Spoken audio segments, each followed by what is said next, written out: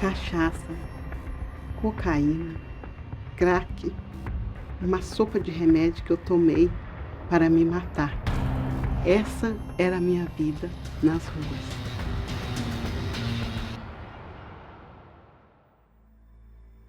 Aos 10 anos, eu saí de casa, fui para a rua, fui morar na rua. O mundo me criou, o mundo foi a minha escola. Eu aprendi a beber, fumar, usar droga, me prostituir. Eu dormia no cimento com os papelões, os papelão que me esquentava. Com 16 anos eu engravidei e eu não sabia nem quem que era o pai da criança, né? E conheci uma outra pessoa também. E tive mais 3 filhos com essa pessoa.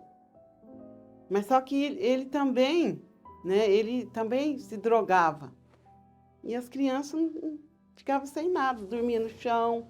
Cada ratão desse tamanho assim passava por cima da gente. Aquelas ratazanas passavam por cima das crianças. Ele começou a me bater, me agredir, né? Aí eu estava grávida, tive outro filho. Aí eu falei assim, eu vou largar desse homem. E larguei dele. E peguei meus filhos, invadi uma casa para morar. Aí eu comecei a roubar para sustentar, que não tinha emprego, né? Comecei a roubar. E ali eu ainda bebia, fumava.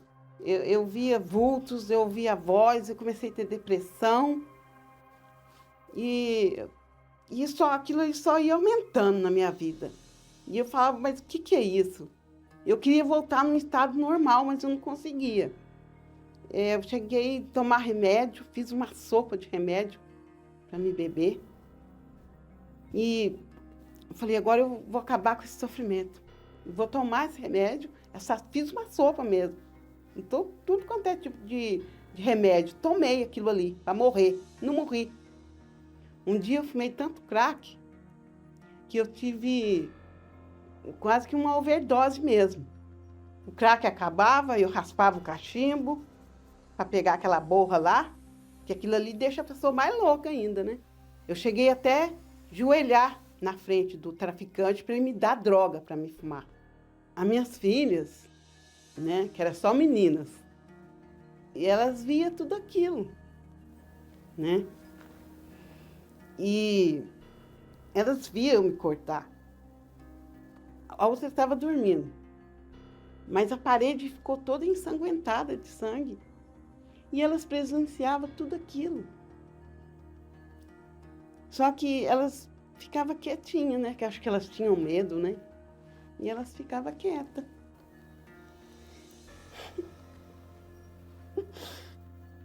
Desculpa, gente. Terrível. Foi muito ruim. Elas sofreram muito. Teve uma certa época da minha vida até que eu também fiquei num cárcere privado com meu filho. E eles me deixavam ali naquele quarto, sem comida, sem água. Meu filho ficou dessa finurinha, porque foi mais de 2 semanas que eu fiquei com ele ali presa. Eu não sei explicar como. Diante de Deus, eu não sei explicar como que eu saí daquele apartamento, daquele, se pode chamar de apartamento aquilo, consegui sair dali e me livrar daquilo ali. E eu, naquele sofrimento meu, eu não estava aguentando mais, que eu já tinha ido em vários lugares, né, para ver se mudava aquela situação, mas não mudava. Aí eu recebia convites várias vezes da minha ex-cunhada para ir na igreja, mas eu sempre ignorei os convites que ela me dava, eu jogava fora. Mas até então, um dia ela falou, vamos. Aí eu falei, agora não vai ter mais jeito, eu vou ter que ir. Até que eu fui com ela na igreja, era um dia de domingo, e eu cheguei na igreja tonta, vomitando, e fiquei lá no primeiro banco da igreja, aquilo ali foi entrando dentro de mim, aquelas palavras que eu ouvia do pastor, a pregação, né? Dali então eu fui me libertando, Deus foi me libertando, foi me tratando, foi me cuidando. Eu fui entendendo tudo, até cheguei até num período da fogueira santa. Só que eu não entendi o que era a fogueira santa ainda, né? Mas eu queria fazer de todo jeito. Eu falei, aquilo ali que está falando vai mudar a minha vida. E eu falei com Deus, eu falei, meu Deus, o que o Senhor quer que eu faça? Porque eu não tenho nada na minha vida. Eu só tenho a minha vida destruída para dar para o Senhor. Se o Senhor me aceitar. Aí eu peguei envelope e eu não tinha nada. Não tinha emprego, né? Só tinha a minha vida mesmo e um pouquinho de coisa dentro de casa. Um botijão de gás e um fogão. Aí o que eu fiz? Eu comecei a fazer um propósito, eu comecei a vender maçã do amor. Eu mesmo fabricava ali as maçãs. E fui fazendo. E eu não tocava em nada. Tinha até vontade de comer, mas não tocava. Nem eu, nem as meninas. Eu consegui colocar naquele envelope. Não só aquele valor que eu consegui, mas eu coloquei a minha vida ali, aquela vida miserável mesmo que eu vivia, eu coloquei dentro daquele envelope. Coloquei as minhas filhas. Eu falei, Deus, eu não quero ver minhas filhas vivendo essa vida que eu vivi. Se o Senhor é esse Deus aí, mesmo que eles estão falando, né? O Senhor vai mudar a minha vida e a vida das minhas filhas. Eu quero conhecer o Senhor, essa verdade, né? E eu só sei que eu juntei o meu sacrifício. Aí eu peguei a minha vida, coloquei dentro daquele envelope e coloquei no altar de Deus.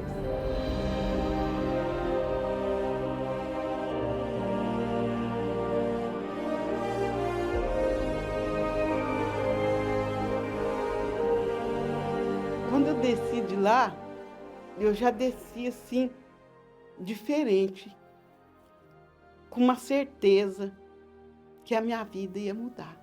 Deus foi clareando a minha mente. Parece que Deus tirou aquela capa de mim, sabe? E colocou outra vida dentro de mim. E aí, lá na igreja, eu comecei a ouvir falar do Espírito Santo. Aí eu comecei a falar com Deus, que eu queria receber o Espírito Santo. Eu lia a Bíblia, eu jejuava, eu orava às 3 horas da manhã. E naquele barraco que eu morava, naquele barraco ali, ó, eu morava nesse barraquinho aí, gente.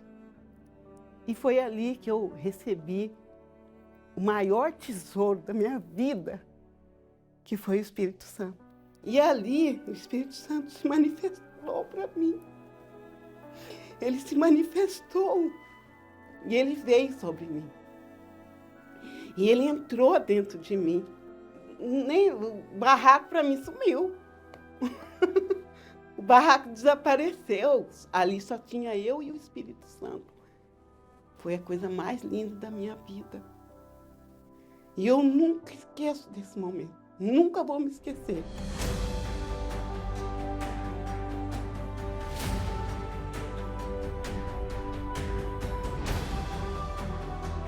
Deus foi me dando sabedoria, Deus foi me dando inteligência.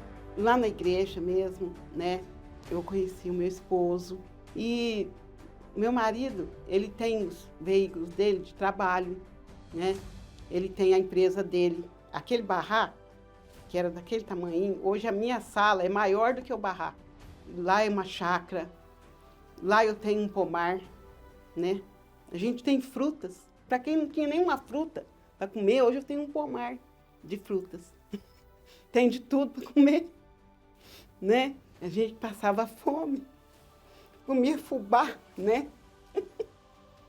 Hoje a gente, né, tem de tudo, não falta nada na nossa vida. Hoje eu sou feliz com meu esposo, ele é um homem de Deus. As minhas filhas todas se casou na igreja, no altar, né? Elas são felizes. E elas não lembram daquilo, não. Porque Deus apagou tudo. Hoje, eu olho para mim e falo, será que essa aqui é eu mesmo? E eu agradeço muito a essa porta que eu entrei.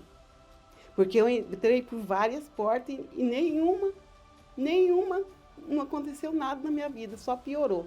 Mas essa porta, que é a porta da Igreja Universal, do Reino de Deus, que o Espírito Santo conduziu, né? O Bispo Macedo, eu quero agradecer primeiro o Espírito Santo, a Deus, e depois o Bispo Macedo. Olha, Bispo Macedo, eu amo o Senhor.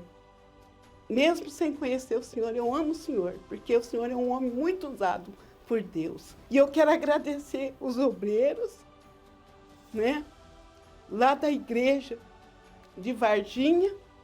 É o meu maior prazer evangelizar, falar de Jesus, falar do Deus vivo, poderoso, que existe na Igreja Universal do Reino de Deus.